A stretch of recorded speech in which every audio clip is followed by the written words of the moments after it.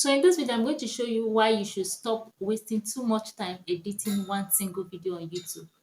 Welcome back to my channel. So the first thing you have to do is when you want to stop wasting too much time on editing one single video is to film your video in such a way that your video does not require much editing. Okay, you film your video in such a way that it does not require much editing. If you are in a vlog niche or in a lifestyle niche that it requires you to film a lot and lot of videos, so try as much as possible to cut out things that are not necessary, locations that are not necessary, events that are not necessary, so that you'll be able to save your time of editing.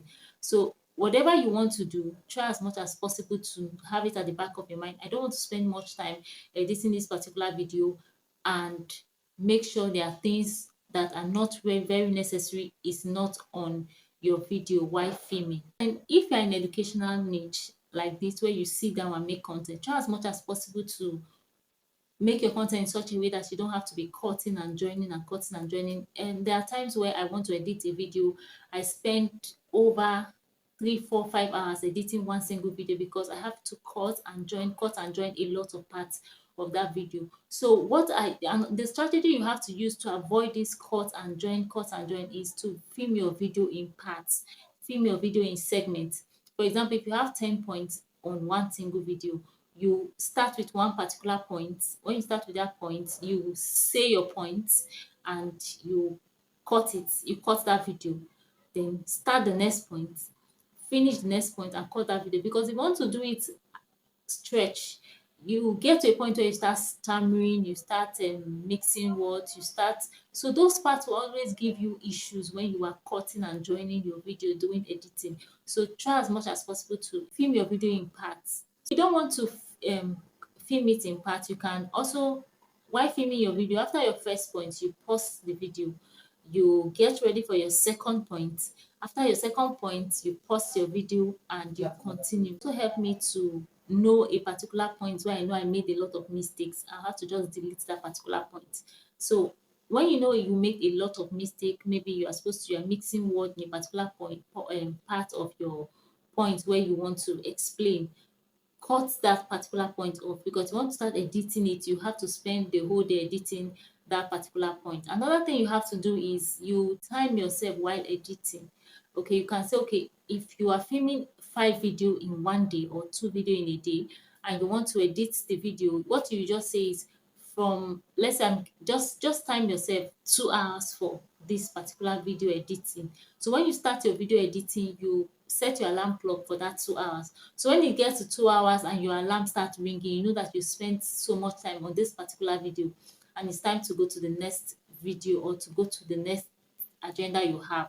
So when it gets to that 2 hours, it will hasten you up to know what, as in how to reduce or whatever you need to do to make your editing very, very. So the third thing you need to do is to choose a niche that you know you are very comfortable in. There are some niches that you can talk about and you know that you can talk about for a long time without missing words. While there are some niches, you know, you have to read through your script before you be able to say 1 or 2 things on that niche. So choose a niche that you know you are very comfortable in, so you not have to be reading and reading and reading for the whole video. And that reading might really make you make some mistakes doing filming. The fourth thing you have to put in mind is to avoid too much graphics, too much fanciful graphics, sound, and a lot of things that will really take up your time. Because there are times where I was filming a video, I made a video like sometime last year. I had a lot of graphics on that video because each point I'll have to go to free pick, I have to go to pixels to go and get a clip and add to it. So it was taking a whole lot of my time. And you discover that over time, some persons that do video without even adding sounds and external sound and graphics, our videos are still doing well. There are some videos that, don't get me wrong, there are some videos that you can't do without sound. So when you are doing without sound, just make sure your sound is one sound, not different sound for each particular point. And secondly, the graphics should be minimal, or get your graphics ahead of time before you start editing your videos. If you look at some of this channel here, all this channel here, they don't use graphics and they don't use sound, and these channels are making millions and millions of views If you look at some of them, if you look at them, they're making millions of views. So people don't really care much about your graphics and your sound. People care more about your value, the value you are bringing to them. So concentrate more on your value than spending the whole time getting sound, getting graphics, getting a lot of things that will make your editing very, very slow. Last point I'll tell you is try as much as possible to use an editing app that you know you are very comfortable in. Some people are comfortable in using InShot, while some CapCut, some Premiere Pro. So whatever editing app you know you are comfortable in using, just use it.